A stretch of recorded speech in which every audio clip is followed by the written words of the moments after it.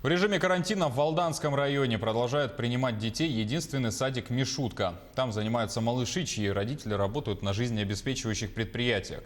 Сколько воспитанников там сегодня и как ребятишки переносят давящую атмосферу карантина, расскажет Татьяна Вахнина. Автогонки, чемпионат по футболу, прятки, догонялки. На площадке детского сада «Мишутка» оживленно и весело. Скоро обед, но прерывать игры совсем не хочется.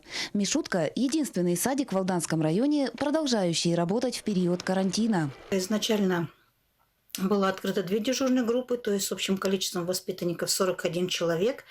Но в данный момент детский сад посещает 8 воспитанников. Это дети, чьи родители задействованы в сферах жизнеобеспечения деятельности города Алдан.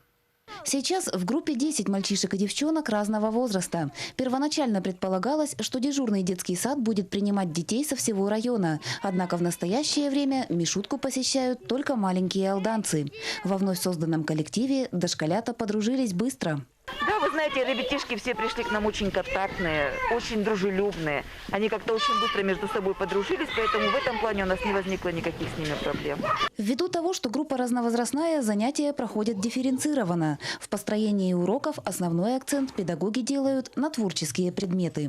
Творческие занятия проводятся у нас ежедневно, такие как аппликация, лепка, рисование. Слушаем музыкальные произведения с ребятишками, ходим в спортивный зал. Особое внимание уделяется здоровью воспитанников. Перед тем, как пройти в группу, малыши проходят медицинский осмотр. В течение дня проводится санитарная обработка помещений. У нас проходит ежеутренний фильтр детей, то есть когда они приходят в детский сад, измерение температуры. И проветривание, кварцевание групп проходит каждый час. То есть даже если мы не находимся на улице, если мы не гуляем, мы выходим в спортивный зал, сквозное проветривание в течение 10 минут, кварцевание. Потом группа закрывается, и мы возвращаемся обратно. Из малышей, посещающих «Мишутку» постоянно, в дежурную группу приходят только 2. Остальные дети находятся дома. С воспитанниками и их родителями педагоги держат связь и работают дистанционно.